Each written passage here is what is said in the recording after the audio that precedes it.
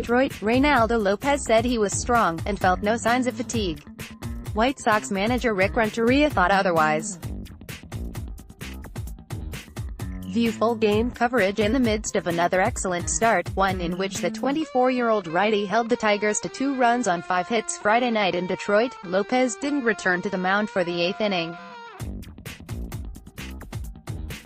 Instead, Renteria called upon ex-Tigers reliever Bruce Rondon to protect a 2-run lead, a decision that ultimately backfired in Chicago's 5-4 loss at Comerica Park. Lopez threw the ball great again.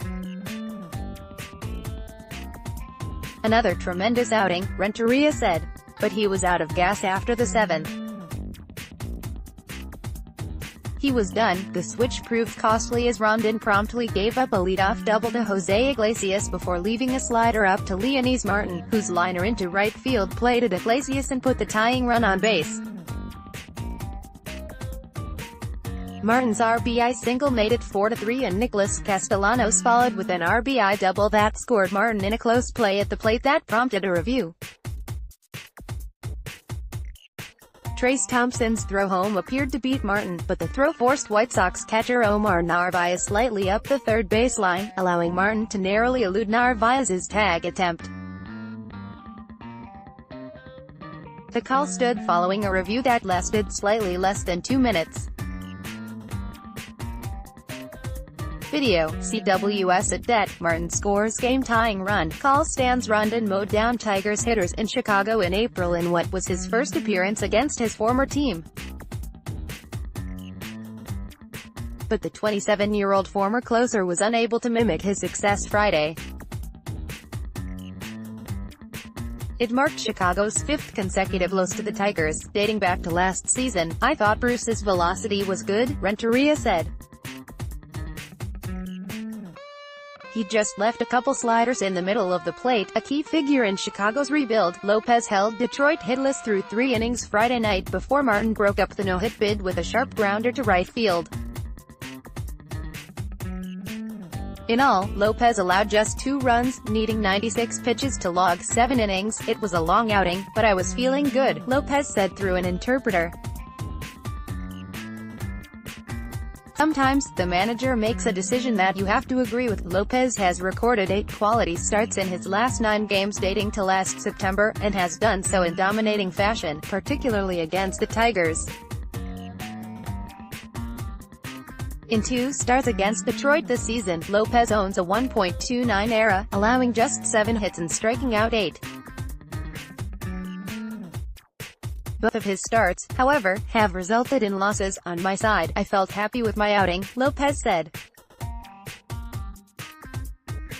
"We didn't get the win today, but that happens. Moment that mattered." With the game tied at 4-4, White Sox reliever Jace Fry induced a soft pop-up off the bat of Jeimer Candelario with 1 out in the 8th inning, but Chicago first baseman Jose Abreu was unable to track down the should-be out, allowing Castellanos to score from third.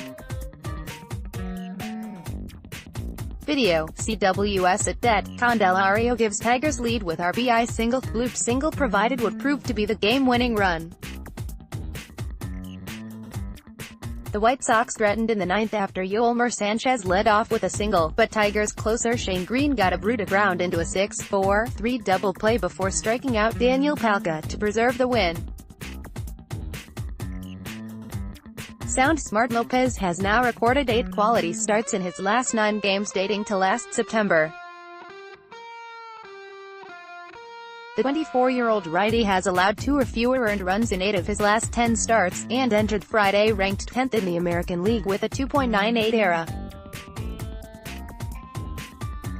He lowered it to 2.93. "You gotta see this." Castellanos found himself at the center of a pair of defensive highlights, including a highlight reel catch in foul territory in the 6th inning in which he crashed into the right field seats and proceeded to give an enthusiastic fan in the front row a high five.